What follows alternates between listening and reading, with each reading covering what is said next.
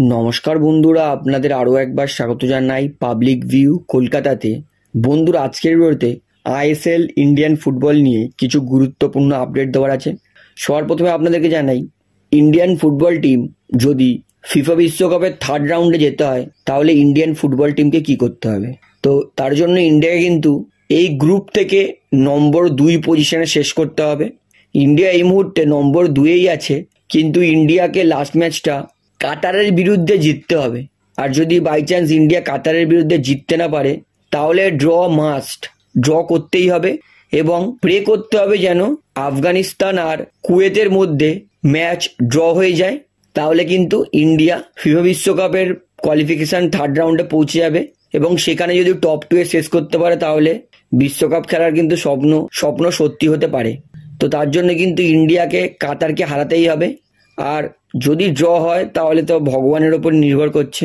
তবে কাতার যা খেলছে আর ইন্ডিয়া যা খেলছে, আমার মনে হয় ইন্ডিয়ার ড্র করার সম্ভাবনা খুবই কম। যদিও খেলার কথা বলা যায় না, প্রে করতেই হবে যে যাতে ইন্ডিয়া ভালো করে, এর থেকে বেশি কিছু বলতে পারবো না। তবে ইন্ডিয়াকে বিশ্বকাপ কোয়ালিফিকেশনের থার্ড রাউন্ডে পৌঁছতে গেলে, ভালো জায়গায় পৌঁছতে গেলে ইন্ডিয়াকে কিন্তু এই ম্যাচটা জিততেই হবে। জিতলে আফগানিস্তান কুয়েতের ম্যাচে কি হচ্ছে কোনো যায় আসে না। তাই ইন্ডিয়াকে ম্যাচটা জিতুক, যা হোক তা হোক করে 1 গোলে হলেও জিতুক। আর অপোনেন্টরা কি করছে তার দিকে দেখার দরকারই নেই। তো আপনার কি মনে হয়, কাতারের বিরুদ্ধে কি ইন্ডিয়া জিততে পারবে? সেটা আমাকে কমেন্টে জানাবেন। তাহলে বন্ধুরা, এইবারে আপনাদেরকে মোহামেডান এসসি দলের আপডেট দিই। আমি আজ থেকে 2 সপ্তাহ আগে একটা ভিডিওতে জানিয়েছিলাম মোহামেডান তারা ঘানা ন্যাশনালিটির এক ফুটবলার, মূলত স্ট্রাইকারের সঙ্গে কথাবার্তা বলছে। তো এই খেলোয়াড়টা কিন্তু ঘানা ন্যাশনালিটির পাশাপাশি কম্বোডিয়ান ন্যাশনালিটিরও প্লেয়ার এবং এই প্লেয়ারের সঙ্গে কিন্তু মোহামেডান অ্যাডভান্স কথাবার্তা বলতেও শুরু করে দিয়েছে। এবং মোহামেডান দল যেরকমভাবে এগাচ্ছে, খুবই তাড়াতাড়ি কিন্তু এই প্লেয়ারটাকে কনফার্ম ডিলে সই করে নেবে মোহামেডান দল। ভালো স্ট্রাইকার, গোল করতে পারে। মোহামেডান তারা কিন্তু ঘানা এবং কম্বোডিয়ান ন্যাশনালিটি স্ট্রাইকারের সঙ্গে কিন্তু কথাবার্তা চালাচ্ছে, তাও আবার অ্যাডভান্স স্টেজে। অর্থাৎ এই মুহূর্তে 60% কনফার্ম ধরে নিতে পারি মোহামেডান তারা কিন্তু নতুন বিদেশি স্ট্রাইকার কনফার্ম করে নিচ্ছে। তো বন্ধুরা, এইবারে আপনাদেরকে জনি কাউকোর আপডেটটা দিই। মোহনবাগান দলের one of the best midfielder Johnny Kauko, তার সঙ্গে কিন্তু মোহনবাগান আর কন্ট্রাক্ট এক্সটেনশন করবে না। এবং যত জানা গেছে জনি কাউকো তার সঙ্গে কিন্তু নর্থ ইস্ট ইউনাইটেড এফসি তারা কিন্তু কথাবার্তা চালাচ্ছে এবং নর্থ ইস্ট জনি কাউকোকে সই করার দিক থেকে কিন্তু এগিয়ে আছে এবং জনি কাউকোর সঙ্গেও কিন্তু নর্থ ইস্টের অ্যাডভান্স কথাবার্তা চলছে। এই মুহূর্তে জনি কাউকো পুরোপুরি ফ্রি এজেন্ট, কারণ মে 31, 2024 পর্যন্ত জনি কাউকোর সঙ্গে লাস্ট ডেট ছিল মোহনবাগানের, সেই ডেট পেরিয়ে গেছে। তাই জনি কাউকো এই মুহূর্তে ফ্রি এজেন্ট আছেন।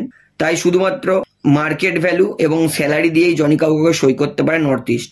অর্থাৎ যদি নর্থ ইস্ট জনি কাউকোকে সই করে, আমি কিন্তু কনফার্ম নর্থ ইস্ট দল আরো মজবুত হয়ে যাবে। কারণ জনি কাউকো যেরকম মিডফিল্ডার, নর্থ ইস্টে আসলে কিন্তু নর্থ ইস্ট অনায়াসেই বেটার ফুটবল খেলবে। এবং আমি চাই এই বছর যেন আইএসএলটা আরো কম্পিটিটিভ হোক। আগের বছর আইএসএল একদমই একতরফা হয়েছে। মোহনবাগান আর মুম্বাই সব ম্যাচ জিতে গেছে এবং প্রায় অপোনেন্ট দলটা কিন্তু হেরেছে। আপনাদেরকে বলি, 1 নম্বরে মোহনবাগান আর 6 নম্বরে চেন্নাই, তাদের মধ্যে পয়েন্টের ডিফারেন্স 21। এত ডিফারেন্স মানে বোঝাই যাচ্ছে যে লিগ কিন্তু একতরফা হয়েছে। যদিও মুম্বাই মোহনবাগানের মধ্যে শেষ ম্যাচ পর্যন্ত লিগ স্টেজের লড়াই হয়েছিল, তবুও আমি চাই শুধুমাত্র মোহনবাগান মুম্বাই নয়, সবার মধ্যেই কিন্তু লড়াইটা হোক। আগের বছর যেমন চেন্নাই উঠেছিল 27 পয়েন্ট নিয়ে খুবই কষ্ট করে, সেরকম যাতে না হোক।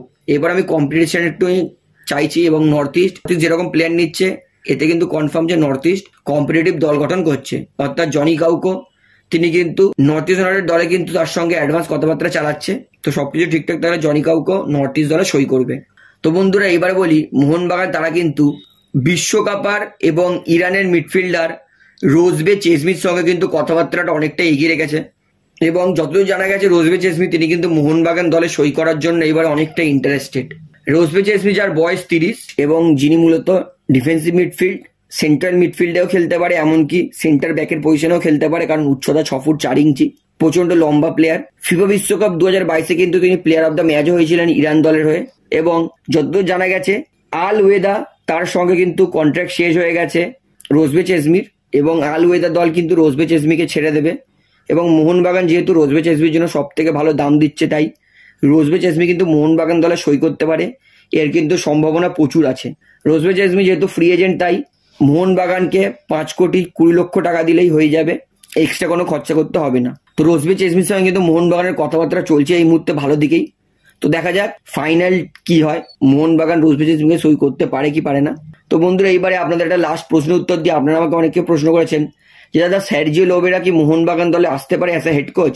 তো আপনাদেরকে বলে রাখি একদমই নয়। সার্জিও লোবেরা কিন্তু উড়িষ্যা দলের সঙ্গে কিন্তু কাজ করা স্টার্ট করে দিয়েছে এবং উড়িষ্যা দল কিন্তু সার্জিও লোবেরার অনুযায়ী প্লেয়ার গঠন করতেও শুরু করে দিয়েছে। তাই এই মুহূর্তে যেহেতু সার্জিও লোবেরার মতোই প্লেয়ার আনছে উড়িষ্যা দল, তাই বোঝাই যাচ্ছে যে সার্জিও লোবেরা কিন্তু উড়িষ্যা দল ছাড়বে না। এবং যেহেতু হাবাস তাকে কিন্তু মোহনবাগান দল কন্টিনিউ করবে না, তাই মোহনবাগান কিন্তু আরো উঁচু মানের কোচ আনার চেষ্টা করছে। এবং মোহনবাগানের কিন্তু এই বছর আসল টার্গেট সেটা হচ্ছে এএফসি চ্যাম্পিয়ন্স লিগ 2 জেতা। এই বছর তার জন্য মোহনবাগান কিন্তু সব রকম করতে পারে এবং দেখা যাক মোহনবাগান এএফসি চ্যাম্পিয়ন্স লিগ 2 জেতার জন্য কিরকম কোচ নিয়ে আসে।